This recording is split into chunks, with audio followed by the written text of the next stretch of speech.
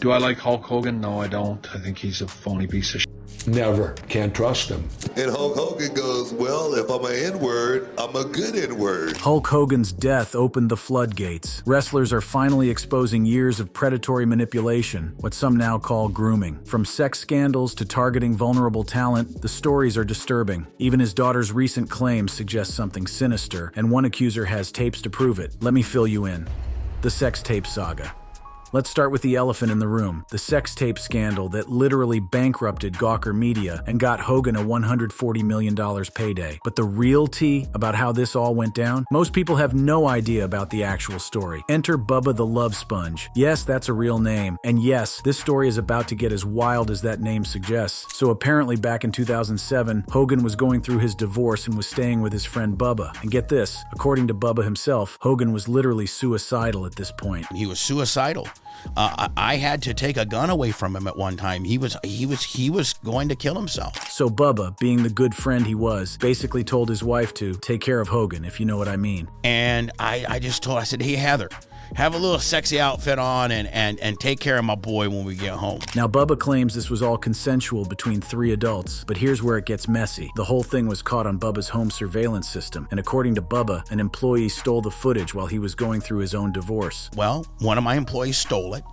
I didn't know it was stolen until one of my producers, Brent Hatley, calls me March 4th, 2011. But here's the plot twist that sounds like it's straight out of a Netflix series. When they couldn't sell it legally because nobody had signed the proper forms, they tried to extort Hogan for $1 million. And get this, Hogan and his lawyer called the FBI and set up a whole sting operation. But what they don't know is that Hogan and David Houston called the FBI and said, we're being extorted. So they're in there, and Hogan writes a dummy check for $150,000 to buy back this tape. So while everyone thinks Bubba sold out his friend, the reality is that Hogan was playing 4D chess and ended up making $140 million off the whole situation. The man turned his biggest scandal into his biggest payday. You've got to respect the hustle, even if the circumstances were absolutely wild. But here's where the story gets even more complicated. During that whole legal process, the racist audio came out. So Hogan went from winning $140 million to getting fired from WWE and having his entire legacy questioned. Now let's talk about his family life, because if you thought the sex tape drama was messy, his marriages were giving full reality TV chaos. His first marriage to Linda lasted 26 years, but it ended in one of the most explosive divorces in celebrity history. Linda accused him of physical abuse in her memoir, describing incidents where he allegedly threw lamps and held her down by the throat during arguments. But the real kicker? The divorce was triggered by Hogan having an affair with Christiane Plant, who was reportedly a close friend of his daughter Brooke. Yes, you read that right. The man allegedly had an affair with his daughter's friend. The levels of messy are off the charts. The divorce settlement was brutal for Hogan. Linda reportedly received 70% of their liquid assets and 40% ownership in Hogan's companies, plus a $3 million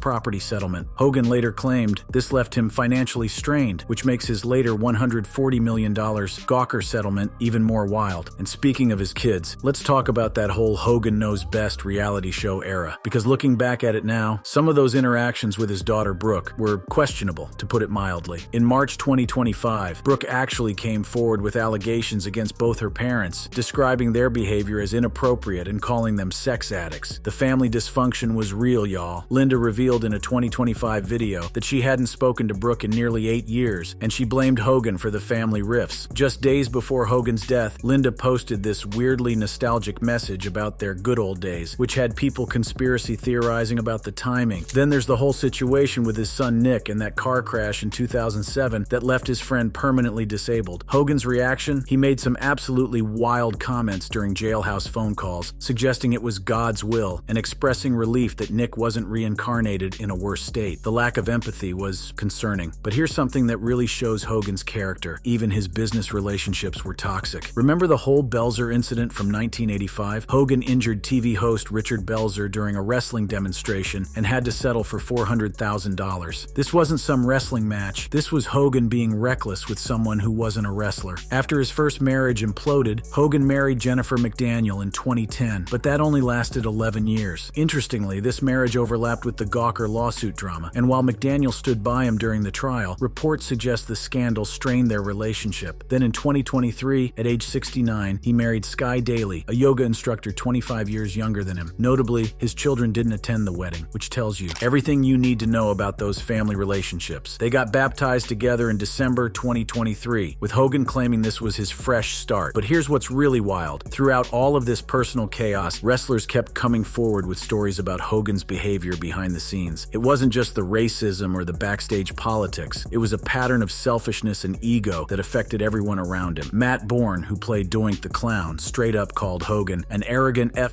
I still think he is. He's a phony inside and out. This wasn't just about wrestling. Bourne believed Hogan refused to work with him at WrestleMania 9 due to personal associations. Even Vince Russo got into it with Hogan during WCW, burying him in a promo that led to ongoing animosity. When your own booker is shooting on you on live TV, you know you've messed up. The pattern was becoming clear. Hogan's toxic behavior wasn't limited to one area of his life. It affected his family, his friendships, his business relationships, and his professional career. The man was like a tornado of drama wherever he went. What's really telling is how his health issues toward the end became another source of controversy. Hogan underwent over 25 surgeries due to wrestling injuries, and his wife Sky had to shut down rumors that he was on his deathbed just weeks before he actually passed away. Even in his final months, there was drama and speculation surrounding him. Some people were saying the family was hiding his poor health. Others were claiming he was faking it for attention. The man couldn't even be sick without controversy following him. The Golden Boy's tarnished crown. Let's start with the elephant in the room that literally got him fired from WWE in 2015. You know what I'm talking about. That leaked audio where Hogan dropped the N-word multiple times and said some absolutely wild stuff about his daughter dating black men. The man literally said, and I quote, I don't have double standards. I am a racist, to a point, fingers. But here's where it gets spicy. Wrestlers weren't just mad about the racism. They were mad about years of toxic behavior that finally had a spotlight on it. Scott Steiner, and y'all know Big Papa Pump doesn't hold back, straight up called Hogan a piece of and a mother in interviews. He said, there's a reason why he got booed in California. All this stuff that came out. With him, racist comments, the perception that WWE or WCW wanted of Hulk Hogan was not really him. And honestly, Steiner was just saying what a lot of wrestlers had been thinking for years. But the racism scandal was just the tip of the iceberg, fam. We're talking about a pattern of behavior that goes back to the 1980s. Remember when Jesse Ventura tried to unionize wrestlers back in the day? Well, guess who allegedly ratted him out to Vince McMahon? That's right, your boy Hulk Hogan. And he's the one that ratted me to Vince when I tried to unionize. Ventura was so heated about this that he said he would never ever be friends with Hulk again and called him an office stooge. Like, imagine trying to help your fellow wrestlers get better working conditions and your supposed friend throws you under the bus to management. That's some serious snake behavior right there. But wait, there's more. The Undertaker, literally one of the most respected guys in the business, had some words for Hogan too. Taker said his radar was always up around Hogan and that he lost trust after Hogan faked an injury. He goes, hey brother, can I talk to you? I'm really nervous about taking the tombstone. So apparently, Hogan was worried about taking Undertaker's finishing move, but then later claimed he got injured from it, except the footage showed he was completely fine. The Undertaker basically called him out for lying about the whole thing. Now here's where it gets really messy, and this is some premium tea right here. Bret Hart, who's never been one to sugarcoat anything, has been dragging Hogan for decades. Hart claimed that Hogan sabotaged his career by refusing to drop the WWE title to him cleanly back in 1993. Do I like Hulk Hogan? No, I don't. I think he's a phony piece of shit. Damn, Bret, tell us how you really feel. But seriously, Hart said Hogan promised to put him over but then backed out, basically saying Hart wasn't in his league. The disrespect was real. And it wasn't just the main event guys having issues. Even legends like Bruno Sammartino, who was basically wrestling royalty, wasn't impressed. Bruno said, I was never a fan of Hogan because I was never impressed with his quality of performance in the ring. Coming from Bruno, that's like getting roasted by your wrestling grandfather. But here's something wild that most people don't know. Even Lou Ferrigno, no, the actual Incredible Hulk wasn't buying Hogan's claims about having the largest arms in the world. Well, Hulk Hogan does not have the largest arm in the world because in competition, my arms are 23.5 inches tall when I was competing. Imagine getting bodybuilding facts checked by the man who literally inspired your wrestling character. The secondhand embarrassment is real. Perhaps the most heartbreaking story comes from Randy Savage, the Macho Man himself. Their real-life friendship turned into real-life beef, and it had nothing to do with wrestling storylines. Word on the street was that this had to do with Hogan allegedly overstepping boundaries with Savage's wife, Miss Elizabeth, and that promo, that was Savage letting out years of real frustration. But let's talk about some of the more recent drama that's been bubbling up since Hogan's passing. Mark Henry, one of the most respected voices in wrestling, said Hogan deserved the booze he was getting, and even offered to help him with redemption by visiting black schools together. But according to Henry, Hogan refused. The man had a chance for genuine redemption and said, "Nah, I'm good." The audacity is unmatched. Even modern wrestlers weren't feeling the Hogan energy. CM Punk, who's never been afraid to speak his mind, expressed no respect for Hogan's conduct, especially after the racist tirades came to light. And MJF, who's basically the king of heel promos, called him out for being a liar and a racist while still acknowledging his business impact. The Iron Sheik, who you'd think would be grateful since losing to Hogan launched Hulkamania, was out here calling Hogan some piece of garbage and regularly cursing him on social media. This is the man who gave Hogan his biggest career moment, and even he couldn't stand him. Billy Kidman got absolutely buried by Hogan during their WCW days, with Hogan saying he couldn't draw flies at a flea market. That's the kind of toxic behavior that destroyed so many wrestlers' confidence and careers. The craziest part about all of this is that these weren't just wrestling feuds or kayfabe drama. These were real issues that wrestlers had with Hogan's character, his backstage politics, and his treatment of fellow performers. We're talking about a pattern of behavior that spanned multiple decades and multiple promotions. Even Roddy Piper, who was supposed to be one of Hogan's biggest rivals but remained friends outside the ring, had some interesting things to say before his death.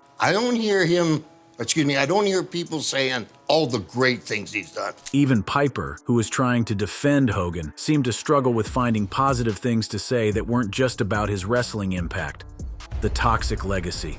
See, here's the thing about Hogan that a lot of people don't realize. He wasn't just a wrestler with personal problems. He was literally the face of wrestling during its biggest boom period, which means his behavior set the standard for how the industry operated. And that standard, it was toxic as hell. Let's start with the steroid situation, because this one hits different when you really understand the scope of it. During the 1994 federal trial of Vince McMahon, Hogan admitted to using steroids for over a decade while publicly promoting training, prayers, and vitamins to kids. Those people that have carried on even without me have turned into my heroes instead of my friends. Think about that for a second. This man was literally the role model for millions of children, telling them to live clean while he was pumped full of performance-enhancing drugs. The hypocrisy is staggering, and it contributed to a culture where wrestlers felt pressured to use dangerous substances just to keep up. Bob Backlund, who was champion before Hogan, called him out on this, saying, "Hogan was a great person in the ring, but we didn't like his outside activities. We thought he wasn't a very good representation of the business or a model for young people to look up to." But the steroid issue was just one piece of a much bigger puzzle. Hogan's backstage politics were legendary, and not in a good way. We're talking about a man who had creative control written into his contracts and used it to bury other wrestlers' careers.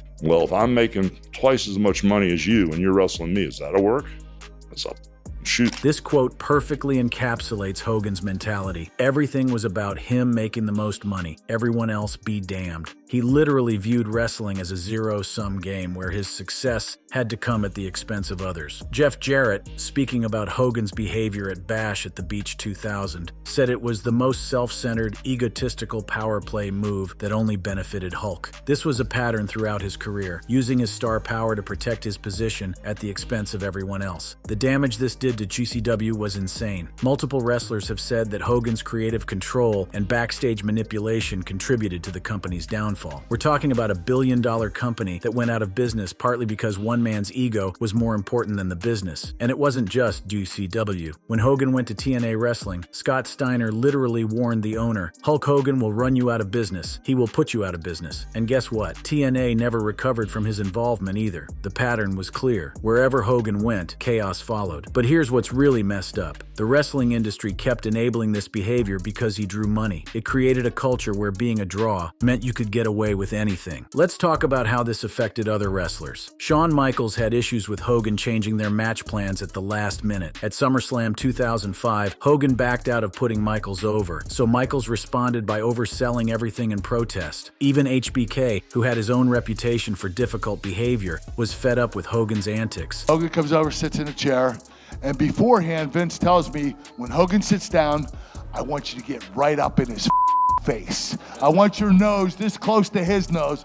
I want you up out of the chair like this. This story from Kurt Angle shows how even Vince McMahon had to use psychological warfare just to get Hogan to do business. When the owner of the company has to intimidate you into doing your job, that says everything about your character. But here's something that really shows how Hogan's ego affected the business: his obsession with being seen as the strongest. Remember when he famously body slammed Andre the Giant at WrestleMania 3? Well, Andre was already dealing with serious health issues, but Hogan made it seem like this impossible feat that only he could accomplish. He built his entire legacy on moments like that, often at the expense of other wrestlers' dignity. The racism issue I talked about before, that didn't happen in a vacuum. It was part of a broader pattern of discriminatory behavior that affected wrestlers of color throughout his career. MVP called him a racist straight up, and multiple black wrestlers have spoken about feeling unwelcome in locker rooms where Hogan held influence. The following day in catering, it's crazy. Macho Man Savage, Hulk Hogan, my brother and myself, we're in catering. And Hulk Hogan goes, well, if I'm an N-word. Even Booker T, who tried to defend Hogan, had to acknowledge these problematic interactions. The fact that this kind of language was being thrown around casually in catering shows how normalized this toxic behavior had become. Shelton Benjamin recently called Hogan out for lying about him and invoked his history of bigotry. The fact that wrestlers are still dealing with the fallout from Hogan's behavior shows how deep this toxicity ran. But here's something that really pisses me off: Hogan's lies about his past accomplishments. The man claimed he was almost recruited by Metallica as their bassist, which is complete BS. He lied about wrestling stats, exaggerated his injuries, and basically created this mythology around himself that had no basis in reality. Even recent appearances showed his continued problematic behavior. When he appeared on WWE Raw in January 2025, he got booed by the crowd, partly due to his political affiliations and past scandals. The fact that wrestling fans, who are usually willing to separate the performer from the person, were actively rejecting him shows how damaged his reputation had become. What's really sad is how Hogan's behavior affected the next generation of wrestlers. Sid Justice criticized Hogan's temper tantrums and behavior on his reality show, showing how his toxic traits extended into his family life and public persona. The industry is still dealing with the culture that guys like Hogan helped create. We're talking about an environment where harassment was normalized, where racist behavior was overlooked if you drew money, where younger talent got buried for having the audacity to be better than the established stars. But here's the thing that really gets me. Even after all this came to light, Hogan still didn't seem to get it. His apologies felt hollow. His attempts at redemption were half-hearted, and he continued to prioritize his own image over making real amends. Even in his final years, there were red flags. His wife Sky had to repeatedly deny rumors about his health, suggesting there was still drama and speculation following him everywhere. Recent reports about his death mentioned he'd undergone major surgery just months before passing away, but even that became a source of controversy and conspiracy theories. The wrestling industry has produced some controversial figures, but Hogan's impact was uniquely damaging because of his position as the face of the business during its most crucial growth period. He had the power to set a positive example, and instead chose to prioritize his own interests at every turn. But you know what? The fact that wrestlers are finally speaking out, the fact that behavior like Hogan's is no longer being tolerated, shows that wrestling is evolving. The newer generation of wrestlers and fans aren't willing to accept toxicity just because someone was a draw. Modern wrestlers like Seth Rollins have said they loved seeing fans boo Hulk Hogan, and he deserved every second of it. That's a huge shift from the old days when wrestlers would stay quiet about problematic veterans. Vince Russo's issues with Hogan during WCW also highlighted how his behavior affected creative processes. Russo accused Hogan of walking out after a shoot promo, showing how his ego couldn't handle any criticism or storylines that didn't revolve around him. What I see is an empty shell of what you used to be. Even Vince McMahon, who made millions off Hogan, eventually had to acknowledge that the character had become hollow. This wasn't kayfabe. This was real frustration with how Hogan's behavior was affecting the business. But here's something that really shows the scope of Hogan's toxic influence: the way he handled business relationships. Remember the whole Pastamania restaurant venture in the 1990s? It failed spectacularly, partly because Hogan's ego couldn't handle being just a spokesman. He wanted creative control over everything, even areas where he had zero expertise. The man's need to control everything extended to his later business ventures too. His Real American beer brand, launched just before his death, was another example of Hogan trying to capitalize on his patriotic image while ignoring the problematic aspects of his past. What's particularly frustrating is how Hogan's behavior influenced other wrestlers to adopt similar toxic traits. The politics in wrestling became so normalized that younger wrestlers thought they had to play dirty games to succeed. Hogan essentially created a blueprint for how to abuse star power, and unfortunately, others followed that blueprint. The steroid culture he helped normalize is still affecting wrestlers today. We're talking about a generation of performers who felt pressured to use dangerous substances because that was the standard Hogan set. The long-term health consequences of this culture are still being felt throughout the industry. Even his political involvement in recent years showed his continued problematic behavior. His appearance at the 2024 Republican National Convention, where he ripped his shirt to support Trump, was seen by many as tone-deaf, given his history of racist comments. What's really telling is how his death was received by the wrestling community. While there were official tributes from WWE and other organizations, the individual wrestler responses were notably restrained. Compare that to how wrestlers mourned other legends like The Undertaker or Stone Cold. The difference in genuine emotional outpouring was stark. The fact that so many wrestlers felt comfortable speaking their truth about Hogan, both before and after his death, shows that the wrestling industry is finally moving away from the toxic culture he helped create. Wrestlers are no longer afraid to call out problematic behavior, even from legendary figures. But perhaps the most damaging aspect of Hogan's legacy is how he normalized the idea that being a draw excuses everything else. This mentality created an environment where problematic behavior was tolerated as long as someone could sell tickets. We're still fighting against this mentality in modern wrestling. The recent documentaries and podcasts that have exposed wrestling's dark side often trace many problems back to the culture established during Hogan's era. His influence on backstage politics, his normalization of steroid use, his casual racism, and his pattern of burying talent all contributed to a toxic work environment that persisted for decades. Even his family relationships became a cautionary tale for other wrestling families. The dysfunction displayed on Hogan Knows Best, the messy divorces, the estrangement from his children, it all showed what happens when toxic behavior extends into personal life. What's really sad is that Hogan had multiple opportunities to change, to grow, to become a better person and use his platform positively. But time and time again, he chose his ego over growth, his image over authenticity, his personal gain over the greater good of the wrestling industry. So what's Hogan's real legacy? Yes, he helped popularize wrestling and created some iconic moments, but he also normalized toxic behavior, enabled a culture of discrimination, and showed that being a star meant you could get away with anything. He was the ultimate example of how power corrupts and how unchecked ego can poison everything around it. The wrestling industry is better off moving forward without that toxicity. The fact that newer wrestlers and fans are holding legendary figures accountable shows that maybe, just maybe, wrestling culture is finally starting to prioritize character over drawing power. The next generation of wrestling stars are showing that you can be successful without stepping on others, that you can be a draw without being a dictator, and that true legends are remembered for how they treated people, not just how much money they made. Hogan's story serves as a cautionary tale for anyone in a position of power or influence. Your actions have consequences. Your behavior affects everyone around you, and legacy isn't just about professional accomplishments. It's about the kind of person you choose to be. What do y'all think? Has wrestling finally moved past the toxic culture that Hogan helped create? Are we seeing real change in how the industry handles problematic behavior? If you made it through this entire deep dive, you're the real MVP. Click on the screen for more thrilling content.